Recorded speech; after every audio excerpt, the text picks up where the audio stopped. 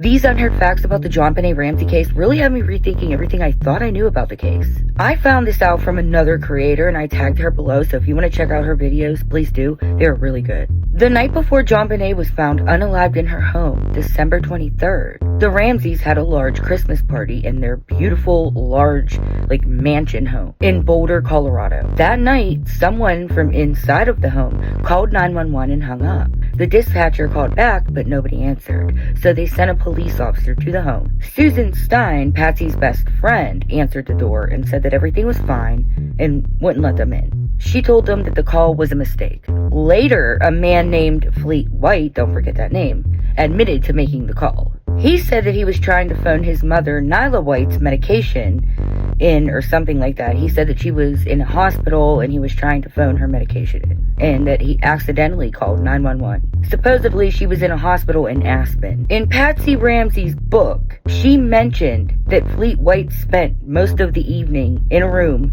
with the white notepad, the white notepad that the ransom letter was written on. Apparently, he was in that room writing down things about his mother who was in the hospital, and that's where he spent the majority of the party that night. And supposedly, he wrote some kind of directions or something on that notepad, and he left the home, took the notepad with him to the airport because he was getting supplies for his mother there that were getting shipped to Aspen.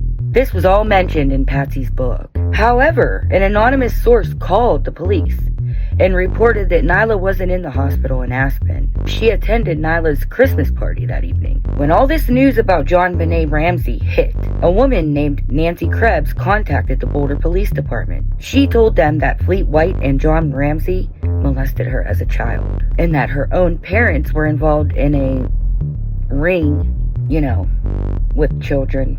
She also claims that her own mother attended the party in which JonBenet Ramsey was killed. That same party on December 23rd at the Ramsey's house. And apparently this was verified. Her mother was at that party. The Boulder Police Department claimed that this woman is mentally ill, and they had the public believing that she's mentally ill. And they stand on that, even though there's evidence stating otherwise. But, however, remember, these are the same police that said that the Ramseys are influential people and to be easy on them and to not really look into this. That's what they told a detective, so just saying. There was one DA that believed the woman, and he thinks that she's telling the truth. And allegedly, Fleet White Sr., the father of Fleet White, offered the woman $75,000 to keep quiet and not say anything about this. Nancy never went to the media with her story. She never tried to get any money. She never got a dime, and she never tried to get a dime. She went to the Boulder Police Department, and she spoke with her therapist. She has nothing to gain from this, and she's not mentally ill. And allegedly, she met Patsy Ramsey in the 70s at a Rainbow Girls convention, which is a Masonic youth group.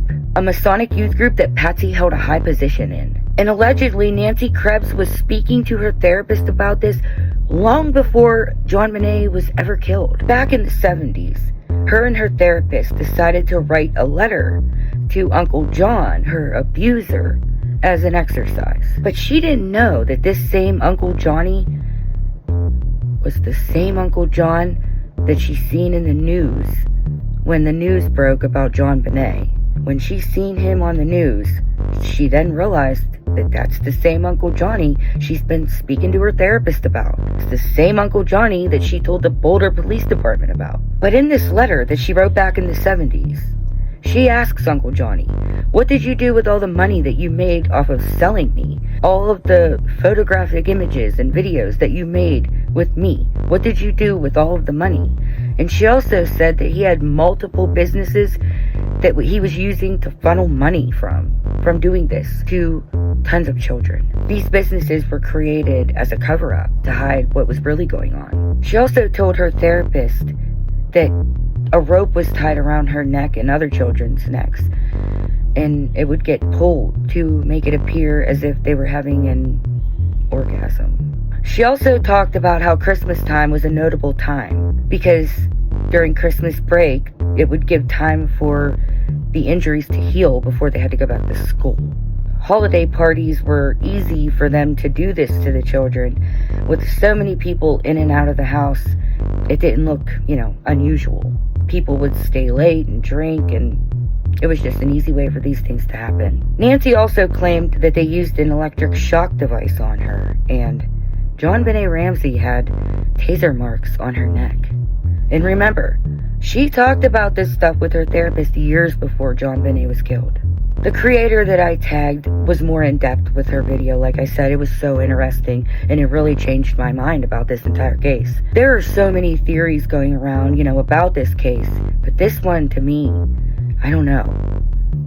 This one jumps out at me. There's so much evidence. I don't know. I'm shocked. I'm at a loss for words, guys. But I want to know what you think.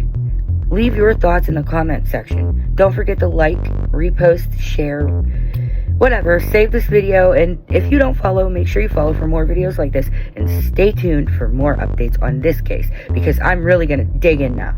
Thanks for watching.